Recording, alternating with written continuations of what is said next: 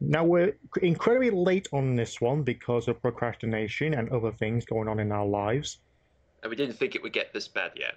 No, it's usually when this is the reason why we usually like wait a few days. Even if the news comes on Monday, we usually wait and see what comes afterwards. And thank goodness we did because the amount of bullshit this single gameplay trailer showing off the classic Sonic in what seems to be Green Hill, inspired by Windy Hill from Sonic Lost World, Kind of. has accumulated.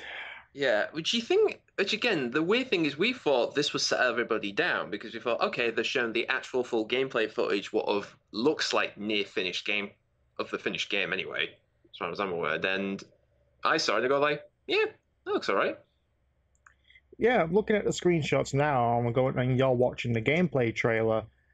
The actual level themselves, actually, compared to the what we saw in Nintendo Direct, Hmm. this looks a lot more finished. Yeah, and like I said before, clearly that would have been an earlier build. So, I was Yeah, still not like taking my hair out or anything. I was just like, just wait until we get a proper footage, and then a week later, oh, it did. I yeah. was surprised actually how quick The Sega entire did the this. entire act of Green Hill being Yeah. populated by what looks like Tron versions of the The Badniks, and Badniks, yes. these Badniks look really, Bizarre. yeah, like Well, the motorbug, almost evil in a sense. They remind me like, okay, what if the classic Badniks were given a makeover inspired by the Eggbots from Sonic 06, because they were kind of menacing. yeah, well, it's basically, again, not knowing what the plot is, but it's still going this idea. Maybe at this point, there's an automated system that just builds the Badniks, and maybe they've gone from just as we said, Eggman's kind of like a big kid anyway. It's gone from the make insect creatures to make them just hard, cold machines now. Yeah, like the motorboats look very different. The choppers from Legend of the Brave. Look a little different, yeah. Yeah, The Buzz but Bombers look we didn't get really a clear view of them. They look a little different, though we haven't seen them properly close up yet, or even uh, in the footage. but this looks a lot more energetic than we saw in it saw in Nintendo Direct. I'm Hmm. still not fully on board it looking like Lost World. I mean, Mm. it looks a lot more detailed than Lost World. Yeah. It's like because like combine generations with Lost World, and then you go, this is what forces will look like. And even then, like I'd rather have more generations than Lost World, because Lost World only worked on the Lost Hex, does not work throwing you on the fucking planet Earth, Mobius, whatever. Whatever. Sonic's World, basically. That's how I Yeah, call it. yeah, it just doesn't work. It does. Yeah. I mean, even then, I mean, there's a couple of different things. I noticed like both the grass and the trees actually wave. I can't remember, did they do that in Gen, or was that, yeah, again, that's my, The grass was animated in Generations, yeah. right. Not as much though.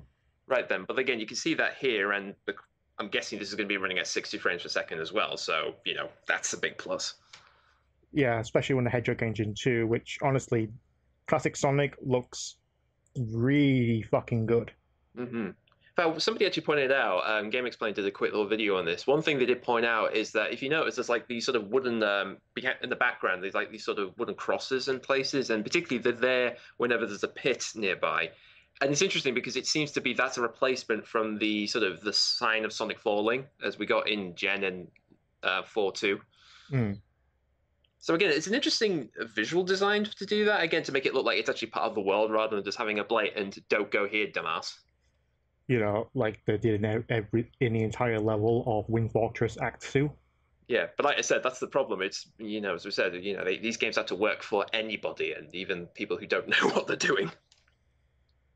But the fan base wasn't, well, the extrovert minority of the fan base wasn't pleased.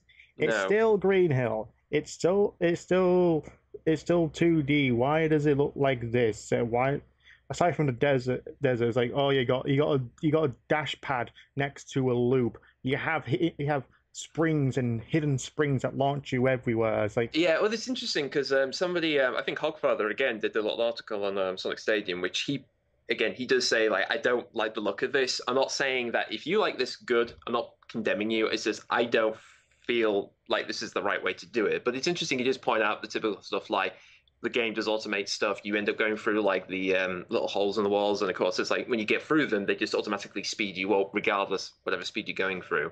And of course, there's hidden springs, and he points out, You don't need to put them there because you can easily jump over them and stuff, which again, I'm guessing that's just based on what we've seen of the gameplay rather than who is ever going to end up playing this. Pretty much. You still have to, okay, it's not like you have to understand, people listening. Sonic isn't just for you. Well, I'm trying to think actually, how many times have you used that argument now? I've used it 4 times now. And I'll keep saying it. Sonic isn't just for you. It's like Sega isn't just making the game catered only to you, to only its most hardcore fans, which, to be honest, it kind of looks like they are sometimes, but at the same time, they have to keep in mind, hey, even though we got 30-plus-year-olds playing this, we still got 6 to 13-year-olds also playing it for the first time in their lives because their parents bought it because it looked fun. Or they've been watching Sonic Boom and want to buy a Sonic game. Exactly, depending if they can actually watch the damn show, but we'll say that for our other podcast. That's here or there. I know, just saying, we'll say that for another podcast. But yeah, it's interesting. Well, as you said, the sort of catering to the crowd. I mean, again, I said before, I thought the plan was we have 3 Sonics, Classic, Modern, and Boom. And, as I said before, Classic's for hardcoders, Modern is for generalists, and Boom is for people for experimenting with.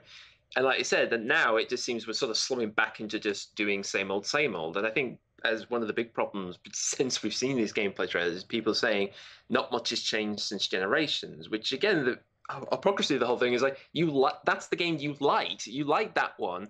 And now given a few years down the line, they're going, I'm bored with it now. To be honest, I was kind of bored with the boost formula with Generations. I'll admit that. But even now, I wouldn't say it's like completely worthless. It's like, if you can still do something with it, as long as it still kind of reinvent the wheel, then keep going it. And considering how, like you said, how much Generations succeeded, like so much so, like Total Biscuit, or the Cynical Brit, or however you kind of call them. Yeah. He boycotts Sega games. He doesn't want to touch them because Sega fucked him over on his very old videos regarding the Shining Force videos. Okay, all right. Well, surprisingly, 2 of them appeared back in my subscription feed for some reason. All right, then. And the quality of his microphone is drastically changed. Yeah. But he recommended Sonic Generations. So when you get to, I think, okay, here it is again, but this time we've got new levels rather than just, oh, hey, here's a nostalgia. Old ones, aside from obviously Green Hill. Yeah, and even then, technically, this is not an exact recreation of what we had in Gen anyway. This is still a new level. Majority of Generations anyway was just like this all 3 acts combined, and even then, it still had the loop, still had the spiral, Mobius spiral from Emerald. The spiral, the wooden bridge, the Mobius spiral wasn't in Green Hill; it was in Emerald Hill. But hey, people equate it to that, so why the hell not? That's why it's also in Mania. Yeah, exactly. But even then, like the automatic going through a small loop to a small little hole to go into like an S and speed along that automated shoes, like that was in Sonic 1. Yeah, that was in the first fucking act. Yeah, I think again, you can't complain about automatic pushing you forward from going. Again, I think, left. You can't just complain about being automated in a 2D space when it always does that. There's one thing about Sonic. Unless it tells you to, you never stop moving. You can watch any speedrunner, or specifically speedrunners who play the game naturally, that don't use tool assists, or don't break the game entirely so you can skip over large chunks of the game. That's why I don't accept the speedrun for Sonic Boom Rise of Lyric. I completed the game in over an hour. You jumped over with a Knuckles glitch to skip over 2/3 of the game.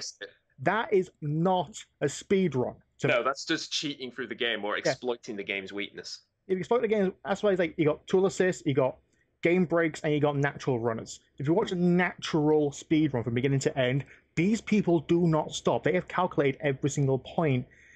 In a Sonic game, you can, if you're that good at a Sonic game, you don't need to stop. And in the automated parts, it just helps you. I think one of the big problems with, again, going back to this whole automated thing of the game's playing for you, or it's doing the typical, again, Hogfather put this out, is like normally they'll just show you moments where Sonic's just blasting through rings or going through a big area and they just show you a set piece moment. It's like, that's what modern gaming is today. A lot of gaming is that. Uncharted, most Yeah, first person it's shooter games, spectacle. they are like that these days. Yeah, it's just nothing but spectacle. Like you can play through, like Metal Gear Solid 4, for example. You play through a good part of the section, and all of a sudden it takes control away from you, and it just plays a cutscene for half an hour. Yeah, I mean, the only clever bit they did is when they do actually like side by side things where you're actually still playing the game, but you're seeing another action happening elsewhere.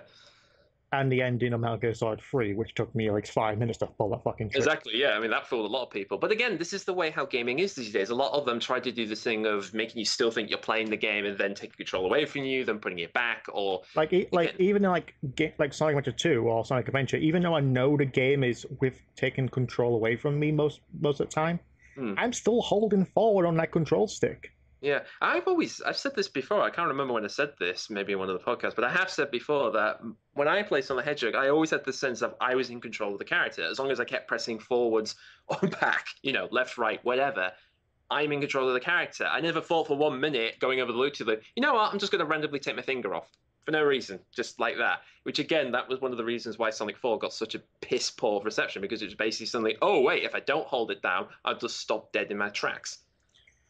Yeah. I honestly tried playing Sonic 4 recently, and it doesn't feel right. But at the same time, it's not entirely a bad game. Yeah, but he's still in control of it for a lot of that game. I know, again, I think that's another excuse because that game has immense amount like boost or bounce pads to just push you to the next bit, which again seems to be the sort of design philosophy for most of these games. Is basically that there's a lot of these areas, these artificial things, to get you past to the next part of the level, rather than just you in control, getting from one place to another by your own skills and wit. Maybe that's the argument they're really trying to hum down here. Yeah, but it's Sonic though. I know, but again, it's that attitude just if that any people other game, feel like I guarantee you, if any other game, they wouldn't give a shit. It's like, oh, this is how the game's designed. But Sonic's been doing this since Sonic Adventure. It's kind of a philosophy. Yeah, but then again, I'm just trying to actually remind you the other day myself was about Super Mario Galaxy. Remember the times when did you get to one of those little jump pads, the star bits, basically, where you blast in the air? I mean, yeah, those are sling stars. The sling stars, yeah, those are essentially set piece moments. They're just basically blasting you to the next part of the level. Yeah. In the same way that the Sonic games are done. I think the difference is maybe, again, visuals are how much you have play from one bit to another. Again, you can argue all you want to that to death, but yeah, like I said, plus you can argue that how when Mario went 3D, his gameplay changed. Exactly. It went from a simple platformer from A to B to a collectathon. Yeah. Well, actually, one thing I want to bring up is, again, we know the whole thing about who's the third character, and one of the things that did pop up outside of Bubsy and all that shit was people saying, oh, it must be Adventure Sonic, which, as we all know, is like, modern Sonic is Adventure Sonic. That's the character. Yeah, it was even confirmed by, I think, one of the artists or programmers is saying, Modern Sonic starts with adventure. Shit, onwards, pretty much. Yeah, so that is the character. I mean, the thing is that it's less about the character they talk about; it's the gameplay style they want, which is really they want the third character, Adventure Sonic, to play like Adventure 1 Sonic or Adventure 2 Sonic, which even then they're very different from each other. Yeah, Adventure 1 Sonic eventually is going from A to B. It's no different for essentially it's just a lot more free. I guess a free-flowing one than compared to the quote-unquote modern Sonic from Unleashed, which includes 06, which that's essentially Adventure Sonic as well. Yeah. Again, that's the same design philosophy. You got an open area, still linear, but you have hub worlds. Mm-hmm. Again, I think part of it is to do with the way how Sonic accelerates and controls. I mean, again, like in Adventure 1, you can accelerate pretty quickly depending on how big the level is, if you're going down a big straight or a big hub area. Adventure 2, you still go quick, but you don't feel as quick. I think that's because Adventure 1 was not 60 frames per second to begin with and that all stuff. But again, I think that's always been the attitude. If you're going to do Sonic in 3D, you want to feel in control. And again, I remember Blaze, I can't remember his YouTube name properly, the guy who did the What's Wrong, How to Fix on the Hedgehog. Blaze Hedgehog. Him, thank you. Good on you, mate. Again, he particularly said, like, if you're going to do Sonic in 3D, I mean, one area you should try and go down is make it feel more like like you're driving a car, because essentially him going that quick is like handling a fast vehicle. in many ways. Essentially, it's like no different. Like, this is combining the actual gameplay styles of both Generations and Lost World. Hmm. And like I said, I mean, one thing I would love to see in this game, particularly in Forces, I want them to bring back the skill list because that's something that I thought was, again, they introduced it back in Secret Rings and then they did it in Black Knight, didn't they? And Badly. oh, yes, that's what I mean. They introduced an interesting idea that didn't work first, but by the time we got to Gen, they actually managed to make it work. It was easy, it was accessible, and it was actually fun to mix around the gameplay style. And I'm just saying that's what this game should bring back. If you're going to bring back anything from Generations, do that, please. Please, that is a good idea. Unless the third character is this whole customization thing, which, again, we'll find out later on. An OC creator, which surprisingly a lot of people are begging for now. Yeah, well, again, we've talked about that before, but like I said, we can. It is part of us is still. We can't say yes and we can't say no. We just have to wait until E3, which again, that could be anybody's guess of what we actually get from there. The moral of this podcast is to stop bitching about Green Hill and just wait until we actually get more information on the game. Yeah. Again, I still feel that a lot of this is still the idea that people are just getting sick of the nostalgia of Sonic, and I think that is arguably that I would say that's a valid complaint, but not something to actually condemn. No, but again, I do see why a lot of people would use that against it because it is such a big part of what's kept Sonic going for the last couple of years for a lot of people, rather than saying, here's a brand new since stuff. 2008, with the introduction of chili dogs in Unleashed, that kind of started it all. Yeah, but like I said, anytime they try and do something brand new or mechanic-wise or character or whatever, it's immediately either dismissed or says, it doesn't really work, but I don't want to see it again. Sonic with a sword. Exactly. So that is my big concern, really. And like I said, I hope whatever Forces comes out, and I think you should keep in mind, of course, Mania is coming out. That is going to be the big centerfold, I think, for the first half, for summer of this year. So quite frankly, people will probably die down on Forces, and then once Mania comes out and everybody goes ape shit. I think Mania is coming out first, then Forces. So I'm pretty sure Forces will come out during the pre-Christmas rush. Hopefully, it comes out on my birthday, since like they did with Sonic Colors. I am not letting that go, Sega. No, not letting that go. Hell, you probably you still held the game in high regards just for that, wouldn't you? Not really. Oh, they haven't buttered your bread that much.